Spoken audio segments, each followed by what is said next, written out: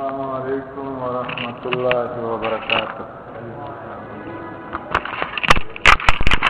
الحمد للہ نحمدہ ونصلی علی رسولہ الکریم وعلی آلہ واصحابہ اجمعین، اما بعد فاعوذ باللہ من الشیطان الرجیم، بسم اللہ الرحمن الرحیم۔ وجاء من اقصى المدینة رجل یسعى قال یا قوم اتبعوا المرسلین اتبعوا من لا يسألكم اجرا وهم مهتدون وما لي لا أعبد الذي فطرني وإليه ترجعون۔ بزرگان محترم، قرآن حکیم کی سورہ یاسین ہے۔ چند آیات میں نے آپ کے سامنے پڑھی ہے۔ حدیث میں اللہ کے رسول صلی اللہ علیہ وسلم نے سورہ یاسین کی فضیلت بیان فرمائی۔ وعلیکم السلام۔ فرمایا ہر چیز کا دل ہوتا ہے، اور قرآن حکیم کا دل جو ہے وہ سورہ یاسین ہے۔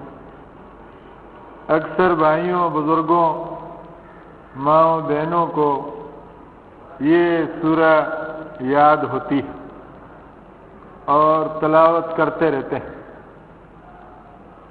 بعض روایتوں میں مرنے والوں کے سامنے پڑھنے کے بارے میں بھی بیان ہے کہ جب تم میں سے کوئی دنیا سے جا رہا ہو، فوت ہو رہا ہو، اس کے سامنے سورہ یاسین کی تلاوت کیا کریں۔ محترم بزرگوں، کبھی ہم نے اور آپ نے غور کیا ہے کہ سورہ یاسین میں جو مرکزی مضمون ہے ایک شہید کا بیان ہے کہ بستیوں میں، شہروں میں اللہ نے انبیاء علیہم السلام لوگوں کی اصلاح کے لیے، لوگوں کو سمجھانے کے لیے بھیجے۔ تو سورہ یاسین میں 3 انبیاء علیہم السلام کا تذکرہ ہے۔ فرمایا وَاضْرِبْ لَهُمْ مَثَلًا أَصْحَابَ الْقَرْيَةِ إِذْ جَاءَهَا الْمُرْسَلُونَ۔ ہم نے ان کی تائید کے لیے، ان کی نصرت کے لیے تیسرے نبی کو بھیجا، اور ان سب نے لوگوں کے سامنے یہ بات فرمائی کہ فَقَالُوا إِنَّا إِلَيْكُمْ مُرْسَلُونَ، اے اللہ کے بندو، ہم تمہاری بستی میں تمہارے ہدایت کے لیے اللہ کی طرف سے ہمیں بھیجا گیا، اللہ نے ہمیں بھیجا۔ اور آپ کو یہ بات معلوم ہے کہ قرآن حکیم کی مختلف صورتوں میں انبیاء علیہم السلام کی دعوت ہے، تبلیغ کا بیان ہے۔ یا قوم اعبدوا اللہ ما لکم من الہ غیرہ۔ ایسا نہیں کیا ہے کہ پہلے معاشرے میں کچھ رفائی کام کر کے لوگوں کو اپنی طرف متوجہ کیا جائے اور پھر کوئی دین کی بات کی جائے، بلکہ اللہ کی طرف سے بھیجے ہوئے نبی بستی والوں کے سامنے آ کر بغیر کوئی پیشگی تمہید باندھے یہ بات کہتے ہیں اِنَّا إِلَيْكُمْ مُرْسَلُونَ، ہمیں اللہ نے بھیجا، ہم لوگوں کے منتخب کردہ نہیں۔ اور یاد رکھیے، قوموں میں، لوگوں میں جو اللہ کے نبی کی بات مان لیتا ہے، اس پر عمل کرتا ہے، اس عقیدے پر دنیا سے جاتا ہے، اللہ اس کو جنت دے گا۔ اور جو اللہ کے بھیجے ہوئے انبیاء علیہم السلام کی تعلیم کو اہمیت نہیں دیتا، اس بات کو نہیں مانتا ہے، پھر وہ ہمیشہ کے لیے خسارے میں، ناکامی میں، گھاٹے اور تاوان میں چلا جاتا ہے۔ اس سے بڑا تاوان اور کوئی نہیں۔ محترم بزرگوں، یہ اللہ کے نبی لوگوں کے سامنے یہ بات بیان کرتے ہیں، یا قوم اعبدوا اللہ ما لکم من الہ غیرہ، اے میری قوم کے لوگوں، ایک اللہ کی عبادت کرو، اللہ کو مدد کے لیے پکارو، بغیر واسطے وسیلے کے پکارو، اللہ پر توکل اور بھروسہ رکھو، اللہ سے امیدیں وابستہ کرو، اللہ کے نام پر نیاز کرو۔ یہ سب عبادت کی قسمیں ہیں۔ ما لکم من الہ غیرہ، اور کوئی ایسا دربار نہیں ہے اور کوئی تمہاری فریادیں سننے والا نہیں ہے، بگڑی بنانے والا نہیں۔ توحید کا مسئلہ بیان کیا۔ شرک کا ماحول، ہمارا ملک یہ شرک میں ڈوبا ہوا، جس جرم کو قرآن کہتا ہے ان الشرک لظلم عظیم، شرک سب سے بڑا ظلم۔ محترم لوگوں، مکے والے بھی بچیوں کو زندہ دفن کرتے تھے، غلاموں کو اس طرح انسانوں کو بیچتے تھے جس طرح جانور بکتے، قیمت بولی لگتی تھی۔ اسی طرح شراب پیتے تھے، جوا کھیلتے تھے۔ اللہ کے رسول صلی اللہ علیہ وسلم نے پہلے جو 360 بت بیت اللہ میں رکھے ہوئے تھے، طائف میں بت تھا، حب العزا، لات، منات، پہلے انگلی اس طرف اٹھائی کہ یا ایھا الناس اعبدوا ربکم الذی خلقکم، اے لوگوں اپنے رب کی عبادت کرو جس نے آپ کو پیدا کیا۔ پہلے پیدا کرنے والے کو پہچانو، لعلکم تتقون، جب تمہارا عقیدہ صحیح ہوگا، ایک رب کی عبادت کرو گے، کامیاب ہو جاؤ گے، جہنم سے بچ جاؤ گے، پرہیزگار بن جاؤ گے۔ تو یہ تین اللہ کے نبی لوگوں کو سمجھاتے ہیں۔ کوئی کہتا ہے ہماری طرح بشر ہو، معمولی آدمی، کوئی کہتا ہے ہم تمہیں منحوس سمجھتے ہیں۔ اللہ کے انبیاء علیہم السلام ان کو یہ کہتے ہیں وما علینا الا البلاغ المبین، بھائی ہمارا کام ہے اللہ کا پیغام آپ تک پہنچا دینا، تم مانتے ہو یا نہیں مانتے ہو یہ ہماری کوئی ذمہ داری نہیں۔ آج اس ملک میں یہ بات بھی کہ بعض لوگ یہ سمجھتے ہیں بس ہمارا یہ حالات کو بدلنا یہ ہماری ذمہ داری۔ بھائی سب سے بہادری یہ ہے اللہ کی بات پہنچاؤ، اللہ کی بات پہنچ گئی، حالات کو بدلنا، لوگوں کے دلوں کو بدلنا یہ اللہ کا کام ہے۔ اب آپ دیکھیں کہ انبیاء علیہم السلام کے اخلاق سب سے اچھے، تقریر ان سے اچھی کوئی نہیں کر سکتا، رب کے اصلاح کیے ہوئے بھیجے ہوئے، حکمت کو اچھی طرح جانتے ہیں، لیکن فرمایا وجاء من اقصى المدینة رجل یسعی، تین اللہ کے نبیوں کی تبلیغ کے نتیجے میں ایک آدمی ایمان لایا۔ فرمایا دور سے، بستی سے، کنارے سے ایک آدمی، وجاء من اقصى المدینة رجل یسعی، ایک آدمی دوڑتا ہوا ہے، اللہ نے اس کو سمجھ دے دی، اور وہ آتے ہی کیا کہتا ہے قال یا قوم اتبعوا المرسلین، کون سے کہتا ہے میری قوم کے لوگوں اللہ کے بھیجے ہوئے نبیوں کی بات مانو۔ حزب اللہ کیا کہتی ہے؟ حزب اللہ یہی کہتی ہے اللہ کے نبی کی بات مانو۔ تو میرے بھائی سلمان فارسی رضی اللہ تعالی عنہ گھر سے کیوں نکلے تھے؟ صحیح بات مل جائے، پہلی آسمانی کتابوں کو یہودی عیسائی علماء سے پڑھتے رہے، لیکن جو اللہ سے ڈرنے والے علماء کرام تھے وہ یہی کہتے تھے کہ بھائی اب دنیا میں ہمارا کوئی صحیح پیروکار نہیں، کھجوروں والی زمین کی طرف چلتے رہو، ہو سکتا ہے اللہ کے آخری نبی سے ملاقات ہو جائے صلی اللہ علیہ وسلم، آپ کی مراد پوری ہو جائے، صحیح بات مل جائے، سچ مل جائے۔ سچ کہاں سے ملے گا؟ اللہ نے سلمان فارسی رضی اللہ تعالی عنہ کو مدینے پہنچا دیا۔ لوگ کہتے ہیں نیت صاف منزل آسان، نبی کریم صلی اللہ علیہ وسلم سے سچ بات مل گئی۔ میرے بھائیو، سچ بات کہاں سے ملے گی؟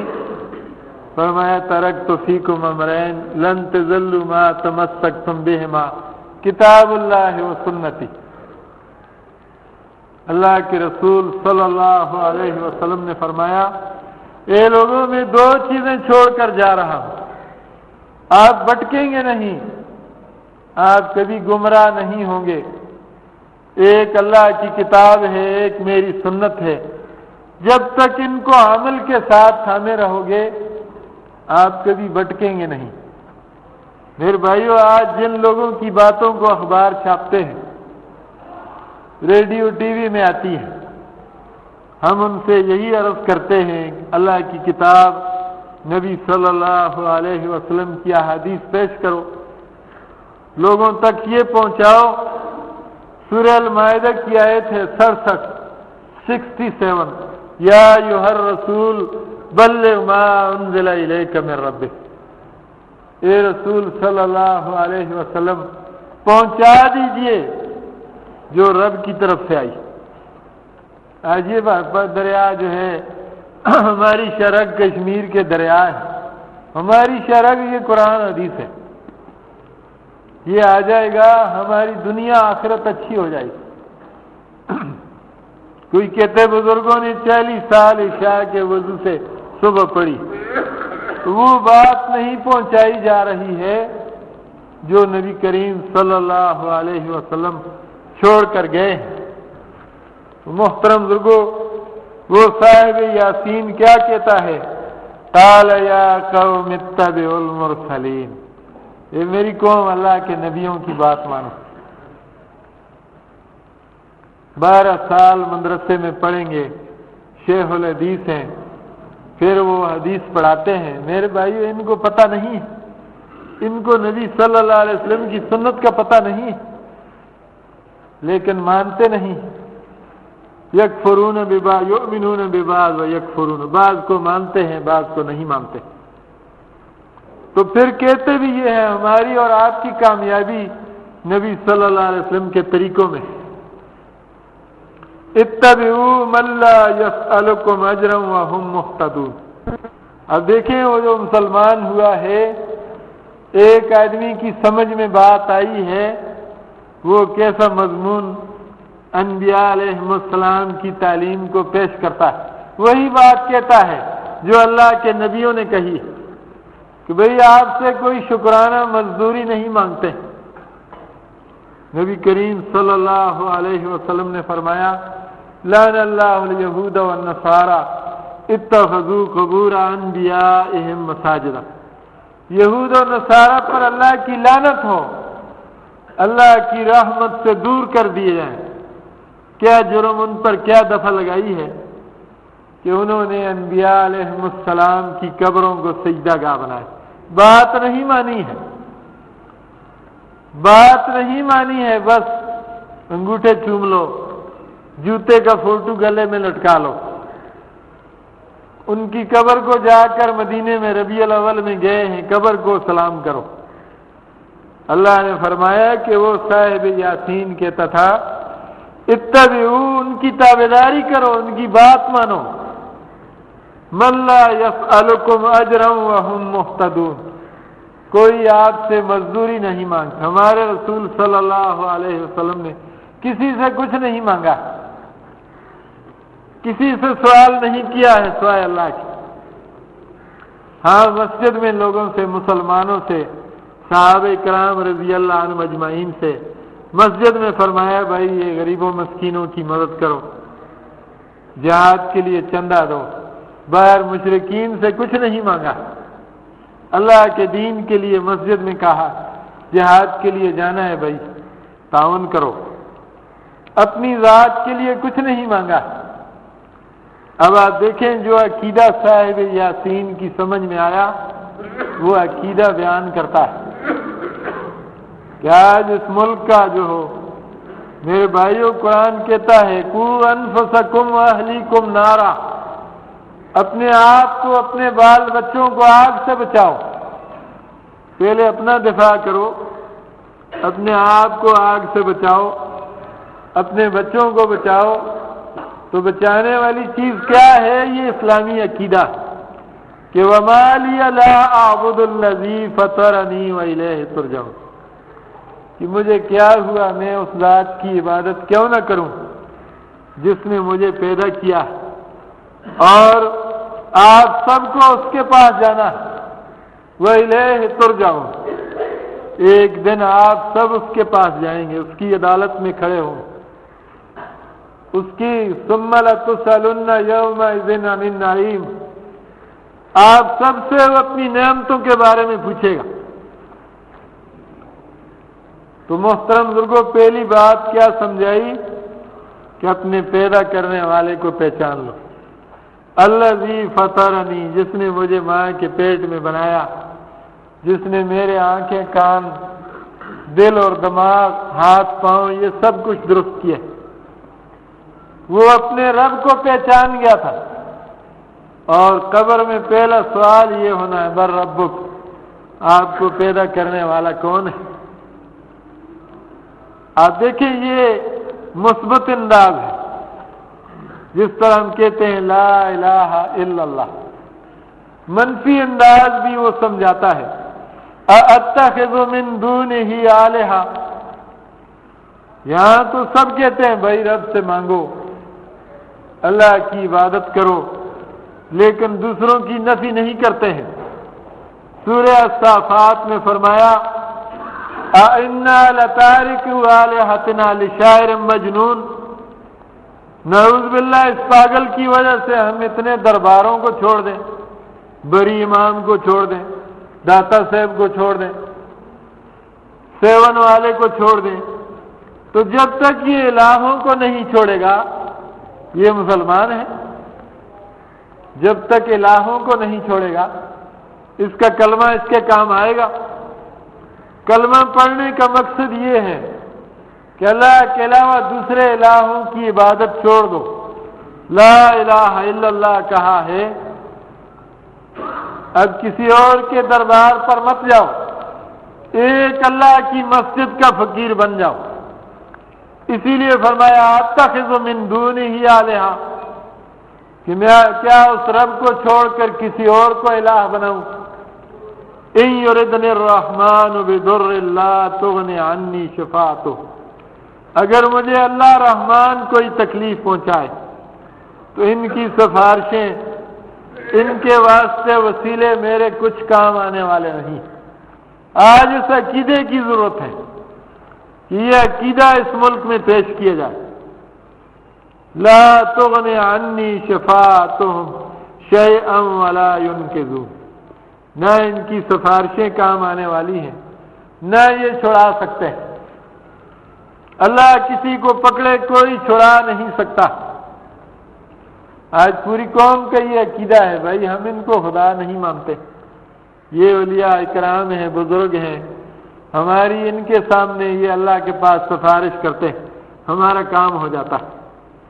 حالانکہ قرآن کہتا ہے انک لا تسمع الموتى، آپ مردوں کو نہیں سنا سکتے، مردے آپ کی نہیں سنتے ہیں۔ عمر رضی اللہ تعالی عنہ عمرہ کا ارادہ رکھتے تھے، نبی کریم صلی اللہ علیہ وسلم سے پوچھنے لگے، عرض کرنے لگے اللہ کے رسول صلی اللہ علیہ وسلم، میں نے عمرے کا ارادہ کیا ہے، مکہ مکرمہ جا رہا ہوں، مجھے اجازت دیں۔ فرمایا اے میری ماں کے بیٹے، اپنی دعاؤں میں ہمیں بھی یاد رکھنا، اپنی دعاؤں میں ہمیں نہ بھولنا۔ دیکھیں اللہ کے نبی صلی اللہ علیہ وسلم نے ایک زندہ آدمی سے کہا ہے بھائی ہمارے لیے بھی دعا کرنا، اپنی دعاؤں میں ہمیں یاد رکھنا۔ ابراہیم علیہ السلام کو نہیں پکارتے تھے کہ ہمارے بابا ہمیں بھی دعاؤں میں یاد رکھنا، ایسا کسی حدیث میں نہیں کہ مردوں سے کبھی کہا ہے ہمارے لیے دعا کرنا۔ زندہ آدمی سے کہا ہے، مکہ مکرمہ جا رہے ہیں، خانہ کعبہ میں اپنی دعاؤں میں ہمیں بھی یاد رکھنا۔ تو یہاں پر معاملہ جو بگڑا ہوا ہے کہ مردوں کے پاس جا کر قوم کہتی ہے بابا ہم تیرے در پہ آئے ہیں، کچھ لے کے جائیں، ان کے لیے دعا کرنے کے بجائے ان سے مانگ رہے۔ تو صاحب یاسین اللہ کا وہ نیک بندہ یہ کہتا تھا کہ نہ ان کی سفارش کچھ کام آ سکتی ہے، نہ یہ اللہ سے ہمیں چھڑا سکتے ہیں۔ انی ذل فی ضلال مبین، اگر میں رب کو چھوڑ کر کسی اور کے آگے جولی پھیلاؤں، کسی اور کو حاجت روا مشکل کشا سفارشی بناؤں، تو پھر میں دور کی گمراہی میں جا پڑوں۔ ابراہیم علیہ السلام کہتے تھے انہم عدو لی الا رب العالمین، کہ بھئی یہ مردوں پر چادریں چڑھانا، ان کے بتوں کی پوجا کرنا، ان کی نیازیں کرنا میرے لیے دشمنی کا باعث۔ آج قوم کو یہ بات نہیں سمجھائی جا رہی ہے کہ یہاں خواب میں آپریشن نہیں ہوتا ہے، یہاں یہ تمہارے لیے دشمنی کا باعث، یہ شرک کا عقیدہ ہے، کبھی بھی جہنم سے نکلنا نصیب نہیں ہوگا، یہ دشمنی۔ ارشاد فرمایا انی آمنت بربکم فاسمعون، کہ دیکھو میں ایمان لایا ہوں، اس پر ایمان لایا ہوں جو آپ کا بھی رب ہے، صرف میرا ہی رب نہیں ہے، آپ کو بھی اللہ نے بنایا ہے، رزق دیا ہے، آنکھیں اور کان دیے ہیں۔